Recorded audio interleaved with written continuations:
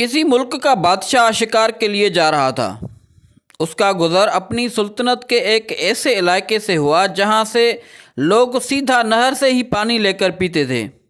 بادشاہ نے حکم دیا کہ عوام الناس کی سہولت کے لیے یہاں ایک گھڑا بھر کے رکھ دیا جائے تو زیادہ بہتر رہے گا اور ہر چھوٹا بڑا سہولت کے ساتھ پانی پی سکے گا۔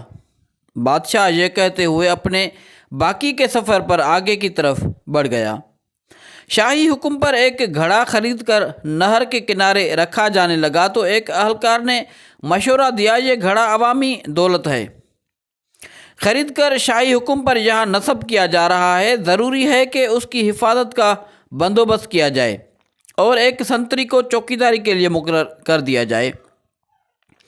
سنتری کی تعیناتی کا حکم ملنے پر یہ حماقت بھی سامنے آئی کہ گھڑا بھرنے کے لیے کسی ماشکی کا ہونا بھی ضروری ہے اور ہفتے کے 7 دن صرف ایک ماشکی یا ایک سنتری کو نہیں پابند کیا جا سکتا۔ بہتر ہوگا کہ 7 سنتری اور 7 ہی ماشکی ملازم رکھے جائیں تاکہ باری باری کے ساتھ بلا تعطل یہ کام چلتا رہے۔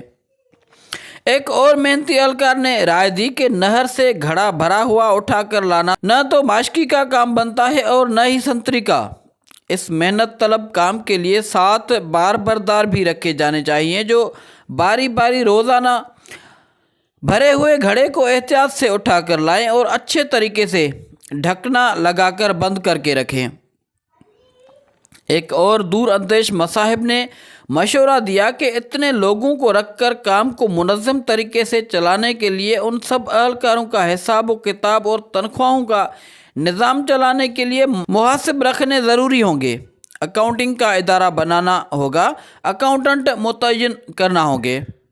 ایک اور ذو فہم فراست اہلکار نے مشورہ دیا کہ یہ اسی صورت میں یقینی بنایا جا سکتا ہے کہ ہر کام اچھے طریقے سے چل رہا ہے تو ان سارے ماشکیوں، سنتریوں اور بار برداروں سے بہتر طریقے سے کام لینے کے لیے ایک ذاتی معاملات کا ایک شعبہ قائم کرنا پڑے گا۔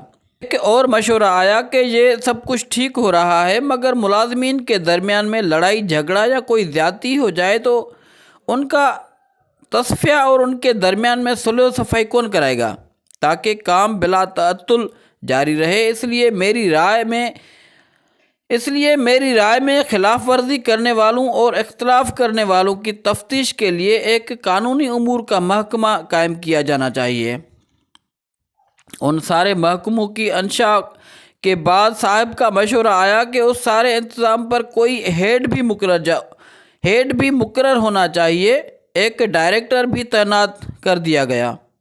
سال کے بعد حسب روایت بادشاہ کا اپنی رعایا کے دورے کے دوران اس مقام سے گزر ہوا تو اس نے دیکھا کہ نہر کے کنارے کئی کنال رقبے پر ایک عظیم الشان عمارت کا وجود آ چکا ہے جس پر لگی ہوئی روشنیاں دور سے نظر آتی ہیں اور عمارت کا دبدبہ آنکھوں کو خیرہ کرتا ہے۔ عمارت کی پیشانی پر نمایاں کر کے وزارت انتظامی امور برائے گھڑا کا بورڈ لگا ہوا ہے۔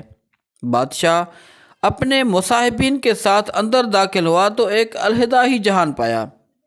عمارت میں کئی کمرے، میٹنگ روم اور دفاتر قائم تھے۔ ایک بڑے سے دفتر میں آرام دہ کرسی پر عظیم الشان چوبی میز کے پیچھے سرمئی بالوں والا ایک پروقار معزز شخص بیٹھا ہوا تھا جس کے سامنے تختی پر اس کے القابات پروفیسر، ڈاکٹر، 2 جگہوں کا فاتح، فلاں فلاں، ڈائریکٹر جنرل برائے معاملات سرکاری گھڑا لکھا ہوا تھا۔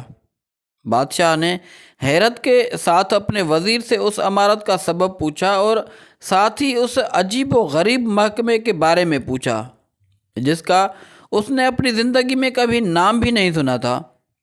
بادشاہ کے وزیر نے جواب دیا، حضور والا، یہ سب کچھ آپ ہی کے حکم پر ہی تو ہوا ہے جو آپ نے پچھلے سال عوام الناس کی فلاح اور آسانی کے لیے یہاں پر گھڑا نصب کرنے کا حکم دیا تھا۔ بادشاہ مزید حیرت کے ساتھ باہر نکل کر اس گھڑے کو دیکھنے گیا جس کو لگانے کا اس نے حکم دیا تھا۔ بادشاہ نے دیکھا کہ گھڑا نہ صرف خالی اور ٹوٹا ہوا ہے بلکہ اس کے اندر ایک مرا ہوا پرندہ بھی پڑا ہوا ہے۔ گھڑے کی اطراف میں بے شمار لوگ آرام کرتے ہوئے اور سوئے ہوئے پڑے ہیں اور سامنے ایک بڑا بورڈ لگا ہوا ہے کہ گھڑے کی مرمت اور بحالی کے لیے اپنے عطیات جمع کروائیں۔ من جانب وزارت انتظامی امور برائے گھڑا۔